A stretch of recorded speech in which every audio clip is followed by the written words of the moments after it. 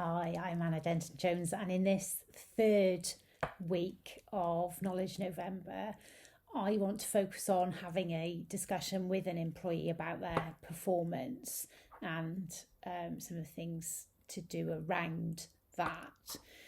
So my first tip is going to be to actually have a conversation face to face. I know we have moved to doing a lot of things using online tools, but I think better conversations happen face to face. So if we can create the right environment for a face-to-face discussion, then I think we should be trying to do that. Definitely avoid using email to communicate these sorts of things. I think it does need to be a discussion because it's going to be a two-way thing, and email or other messenger type applications and are not going to be as effective. If we're in HR, then I think we need to avoid line managers being tempted to push that conversation back onto you. They need to be dealing with this themselves. It is a critical ingredient of being a line manager that they get good at these conversations, and pushing it onto HR, I think, doesn't help them to do that. Equally, we want to make sure that people aren't just avoiding having these conversations. It is human nature that asking somebody to have a conversation with somebody about their performance can make the person squirm, and try and do everything that they can to find other things that are more important to do and delay having that discussion. So I think it's about talking through why it's important that discussion takes place, and that invariably if we don't, then that's when things get worse and problems aren't solved. I'd be encouraging anyone who's going to have a discussion to have done some preparation before they have that discussion. So that might be coming up with some examples of good performance, not so good performance, and what the difference is between those examples. So having at your fingertips something to discuss with the person about the issues that you're trying to address.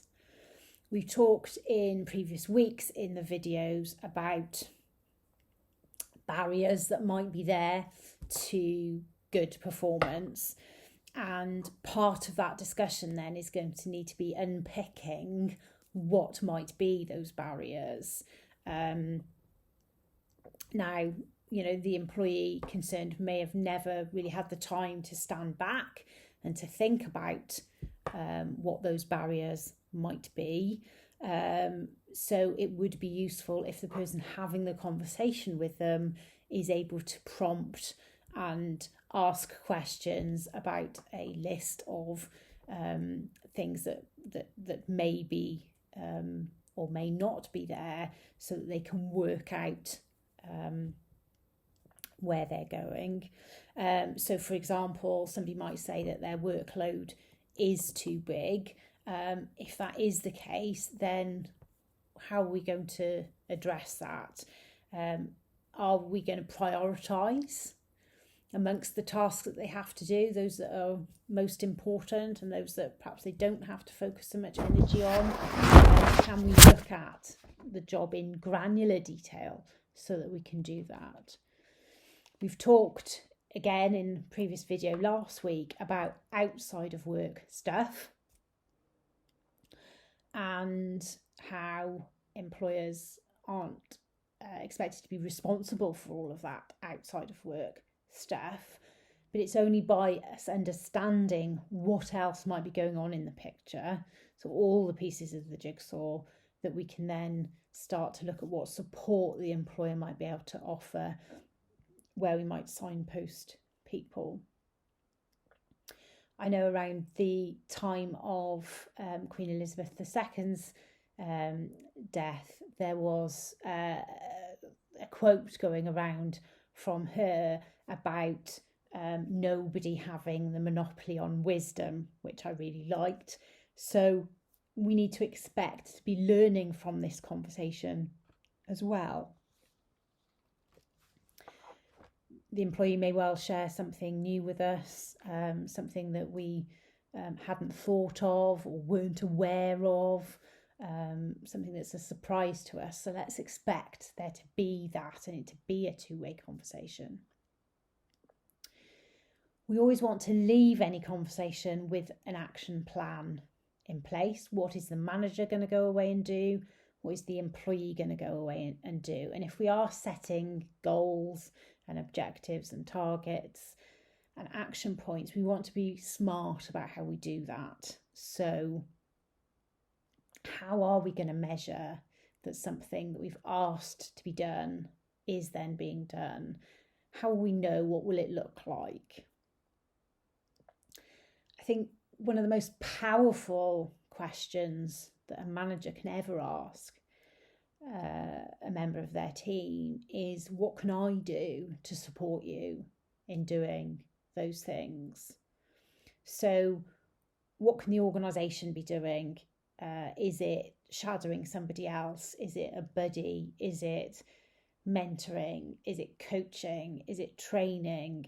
Is it just having regular catch-ups with the manager to review progress?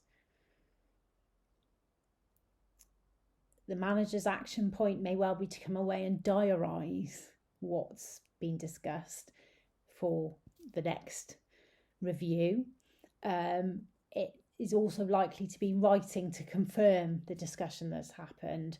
Doesn't need to be a terribly formal letter as such. It can just be an email saying, you know, we discussed these bullet points and these are the things that we agreed we would go away and do. So we've got that paper trail in place. Obviously, as a lawyer, I'm going to say to you, I love paperwork. That's how you win cases, ultimately. It's being able to evidence the steps that you took so that a judge can see it. So I'm always going to encourage managers to go back in writing. And it's surprising how often people forget what's happened on all sides. And having that written documentation there is invaluable to just remind everybody, oh yeah, we have had this conversation before. So yeah, get everything down in writing.